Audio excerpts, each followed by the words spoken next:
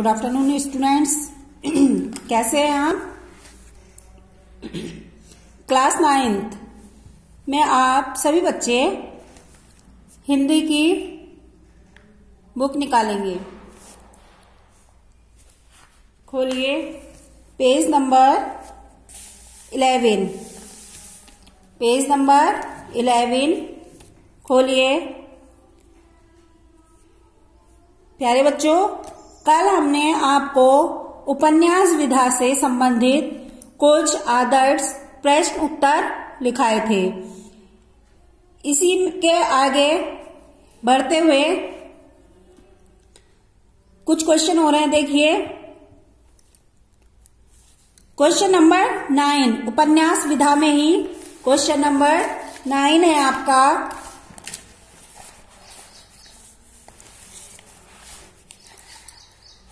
Question number 9 है, प्रेमचंद के उपन्यास किन विषयों पर आधारित है? प्रेमचंद के उपन्यास किन विषयों पर आधारित है?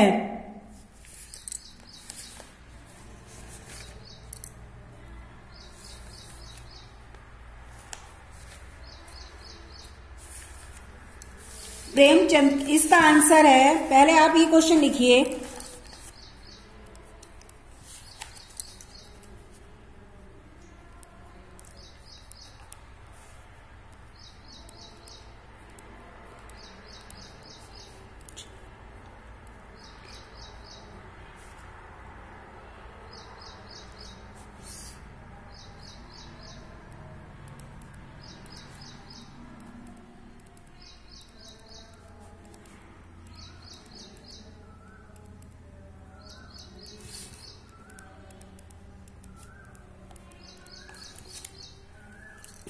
प्रेमचंद के उपन्यास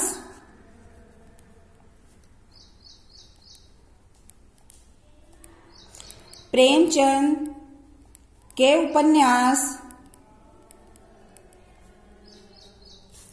उपन्यास ग्रामीण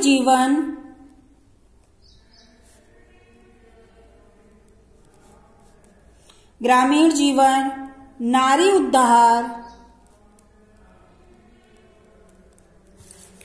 समाज सुधार,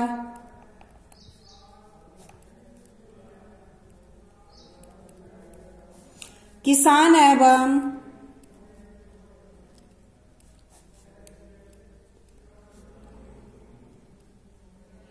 एवं मजदूरों की दीनहीन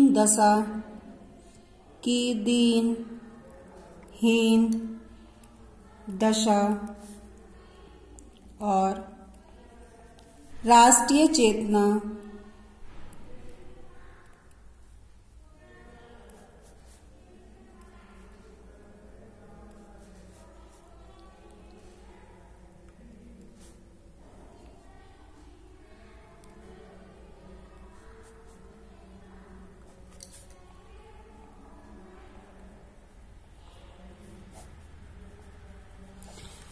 देखिए, क्वेश्चन था हमारा, मुंशी प्रेमचंद के उपन्यास किन विषयों पर आधारित है? इसका सही आंसर है, प्रेमचंद के उपन्यास ग्रामीण जीवन, नारी उद्धार, समाज सुधार, किसान एवं मजदूरों की दीनहीन दशा और राष्ट्रीय चेतना आदि विषयों पर आधारित है। राइट, आया समझ में? अब क्वेश्चन नंबर है आपका 10। प्रेमचंद के 3 उपन्यासों के नाम लिखने हैं। प्रेमचंद के 3 उपन्यासों के नाम लिखिए। ठीक है, अब आपको बताना है कि मुंशी प्रेमचंद के 3 उपन्यास कौन से हैं। तो मुंशी प्रेमचंद के उपन्यास है गोदान,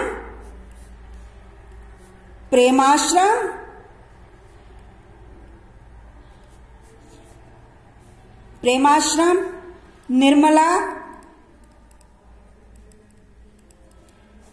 ठीक है, और एक गवन। 3 के पूछे हैं इसलिए हमने 3 के बताए हैं, ठीक है तो बहुत सारे। अब आप जयशंकर प्रसाद के 2 उपन्यासों के नाम लिखने हैं। जयशंकर प्रसाद के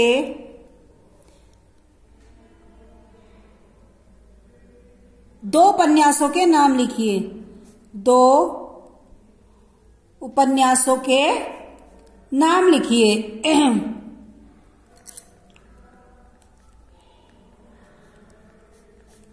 ये है हमारा, एक तो है तितली, दूसरा है इरावती। इरावती, ठीक है। अब देवकीनंदन खत्री के एक तिलस्मी उपन्यास का नाम तथा उनके युग का उल्लेख कीजिए।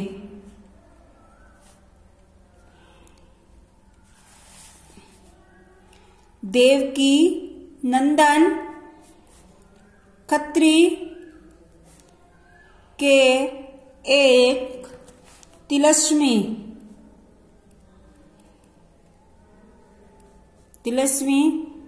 उपन्यास का नाम तथा उनके युग का उल्लेख कीजिए।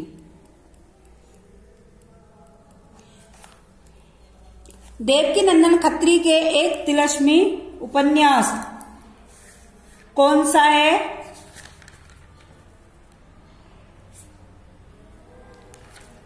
देवकीनंदन खत्री का उपन्यास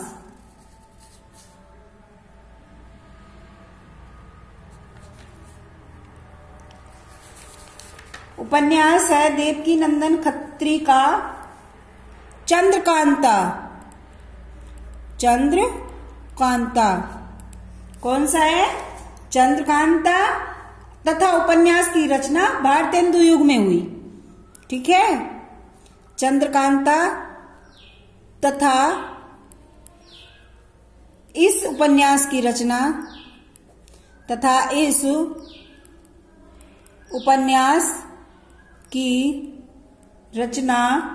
भारतेंदु युग में हुई। कौन से युग में बच्चों? भारतेंदु युग में। याद रहेगा।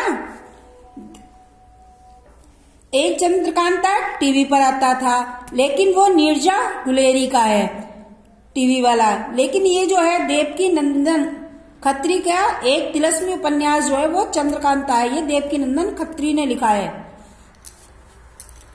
राइट। अब आप नाटक विधा से संबंधित आदर्श प्रश्नों पर आइए, ठीक है। नाटक विधा से संबंधित आदर्श प्रश्न।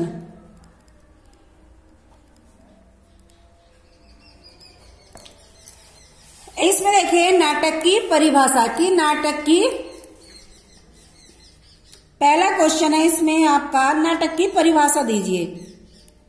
नाटक की परिभाषा दीजिए, ओके। अब आपको ये बताना है नाटक की परिभाषा क्या है। नाटक, इसका आंसर है रंगमंच पर अभिनय द्वारा प्रस्तुत करने की दृष्टि से लिखी गई एक से अधिक अंकों वाली वह गद्य रचना नाटक कहलाती है, जिसमें अभिनय और संवाद पर विशेष बल दिया जाता है। रंगमंच पर अभिनय द्वारा प्रस्तुत करने की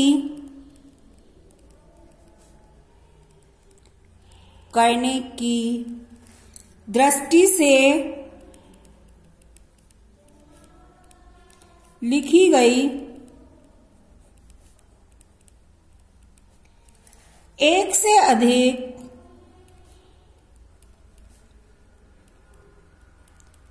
अंकों वाली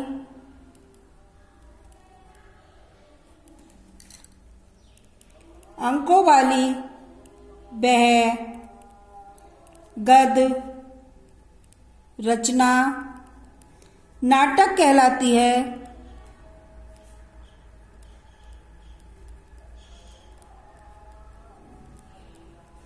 जिसमें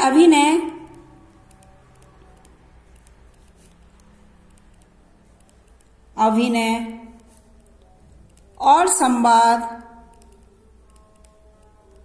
पर विशेष बल दिया जाता है। ठीक है ना। अब है आपका इसी से संबंधित दूसरा,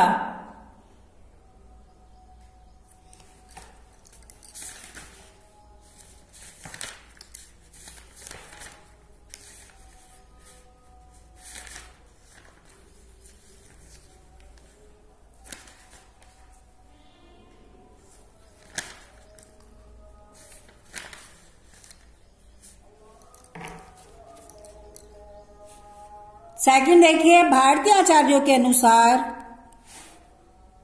भारतीय आचार्यों के अनुसार नाटक के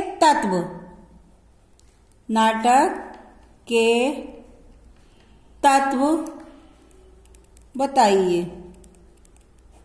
ठीक है, तो नाटक के कौन कौन से तत्व होते हैं?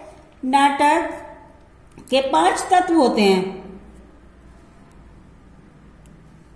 ठीक है, भारतीय आचार्यों के अनुसार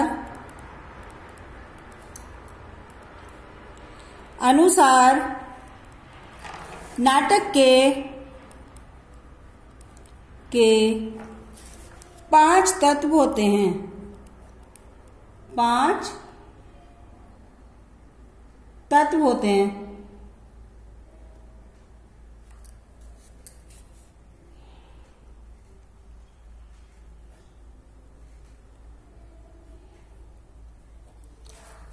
एक तो हो गया आपका कथा वस्तु, दूसरा हो गया नायक, फिर रस, 4 हो गया आपका अभिनय, फिर 5 वृत्ति। कौन कौन से तत्व हो गए आपके? भारतीय आचार्यों के अनुसार नाटक के 5 तत्व होते हैं। कितने तत्व होते हैं? 5 तत्व होते हैं। एक तो है कथा वस्तु, नायक, रस, अभिनय और वृत्ति। ठीक है, आपके ये 5 तत्व हो गए।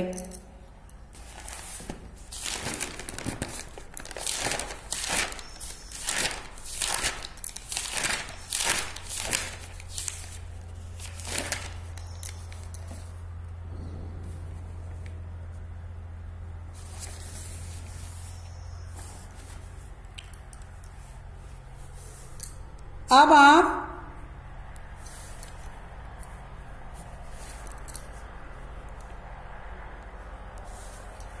ये देखिए, इसी में क्वेश्चन है, पाश्चात्य दृष्टि के अनुसार नाटक के तत्व। पाश्चात्य दृष्टि के अनुसार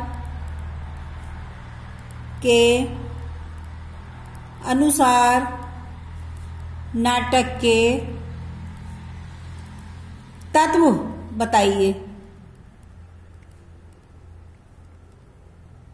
ठीक है,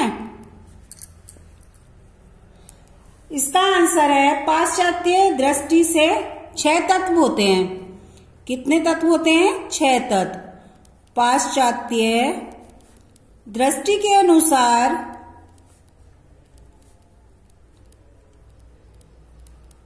नाटक के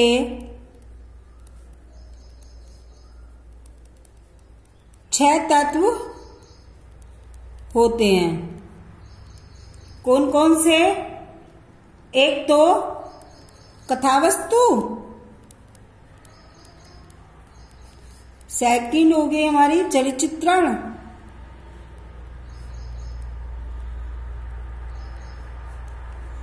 थर्ड हो गया हमारा कथोपकथन,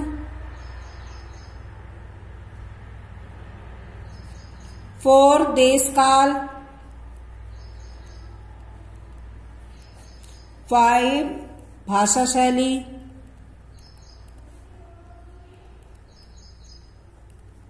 6 उद्देश्य।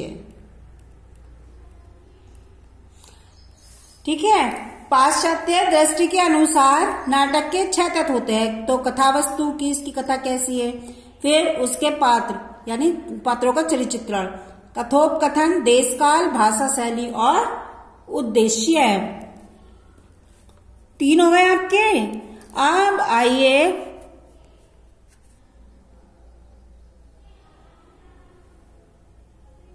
हिंदी नाटक के विकास को कितने भागों में बांटा जा सकता है?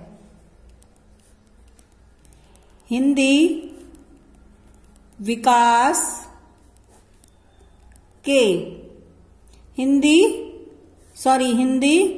नाटक के विकास को कितने भागों में बांटा जा सकता है? कितने भागों में बांटा जा सकता है? तो इसका सही आंसर है, हिंदी नाटक को 5 भागों में विभाजित किया जा सकता है। हिंदी नाटक के विकास को निम्नलिखित 5 भागों में बांटा जा सकता है। निम्नलिखित 5 भागों में बांटा जा सकता है। ठीक है, ये नाटक है। जैसे एक हो गया पूर्व भारतेंदु काल, पूर्व भारतेंदु काल, इसका काल रहा सन 1643 से 1866 ईस्वी तक। ठीक है। दूसरा भारतेंदु काल, इसका रहा काल सन 1867 से 1904 ईस्वी तक। थर्ड उत्तर भारतेंदु काल, उत्तर भारतेंदु काल, इसका हुआ सन 1905 से 1915 ईस्वी तक। 4 प्रसाद काल, प्रसाद काल का समय रहा सन 1915 से 1920 तक। ठीक है। 5 है आधुनिक काल, आधुनिक काल, इसका समय रहा सन 1920 से अब तक। ठीक है, ईस्वी से अब तक।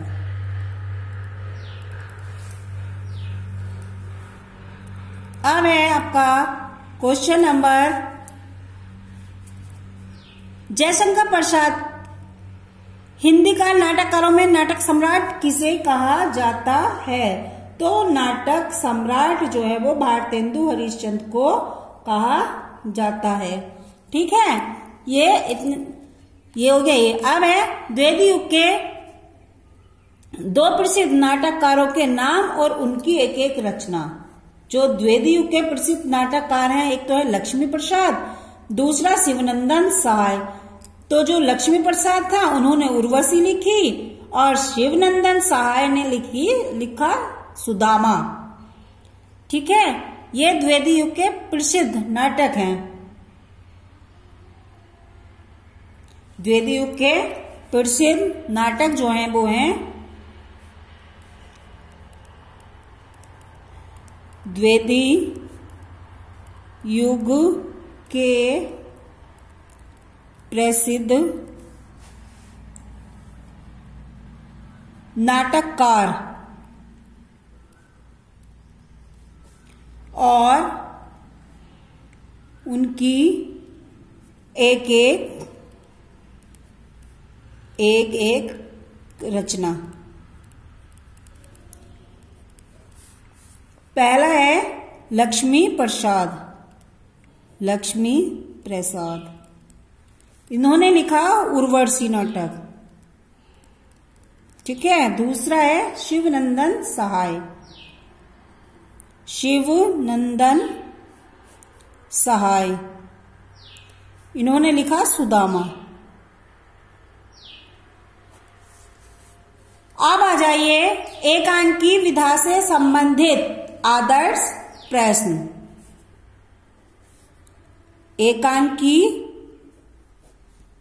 विधा से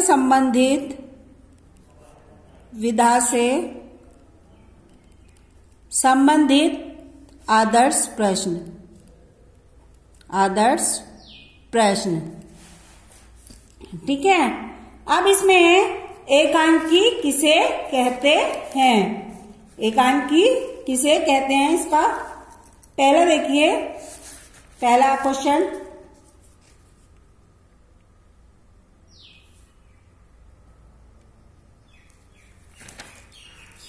एक अंक के नाटक को एकांकी कहा जाता है। किसको? एक अंक के नाटक को एकांकी कहा जाता है। एकांकी किसे कहते हैं? तो इसका सही आंसर है एक अंक के नाटक को एकांकी कहा जाता है। कहा जाता है। इसमें किसी घटना विशेष की प्रस्तुति की जाती है। इसमें किसी घटना विशेष की प्रस्तुति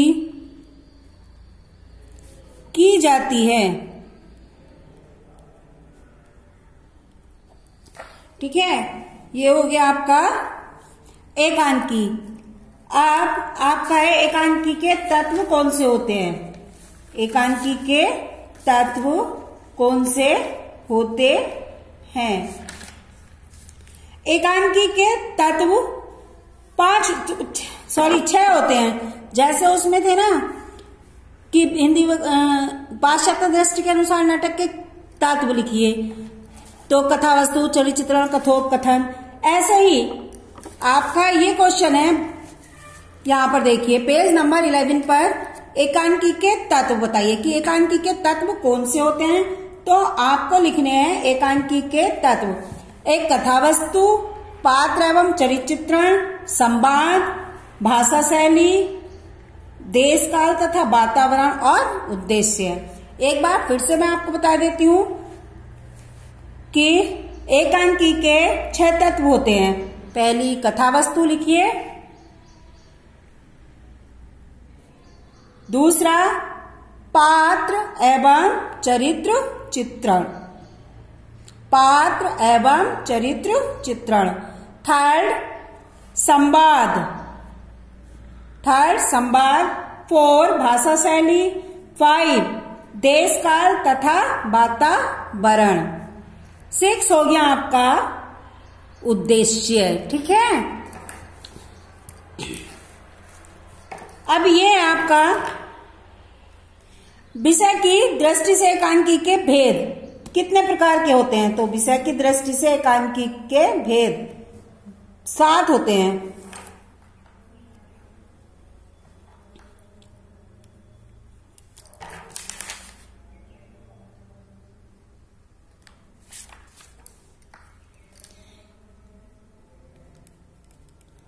विषय की दृष्टि से एकांकी के भेद लिखिए। इसका 3rd क्वेश्चन है ये। तो विषय की दृष्टि से एकांकी के भेद, विषय की दृष्टि से एकांकी के भेद। भेद इस प्रकार हैं। एक तो है पौराणिक एकांकी, पौराणिक एकांकी। सेकंड राजनीतिक एकांकी, एकांकी। थर्ड सांस्कृतिक एकांकी। फोर्थ ऐतिहासिक एकांकी।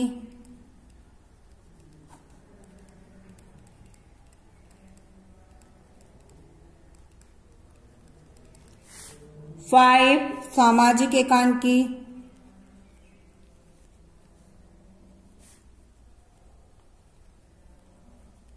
6 चारित्रिक एकांकी।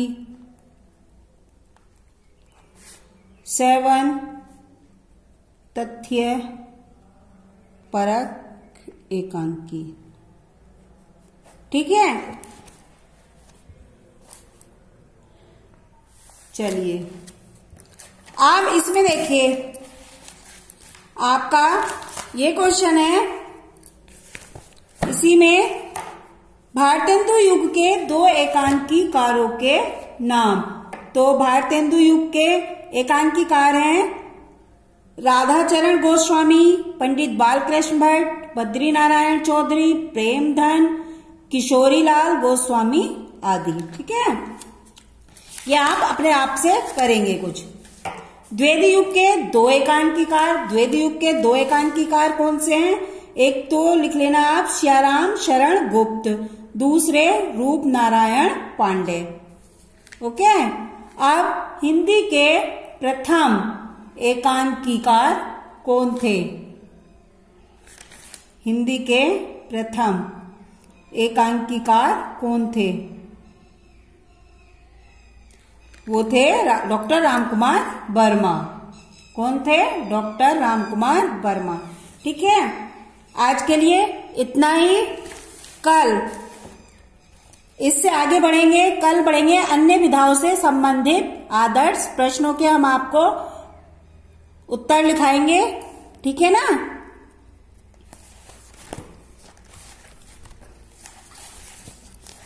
धन्यवाद बेटा, आज के लिए इतना ही। ओके।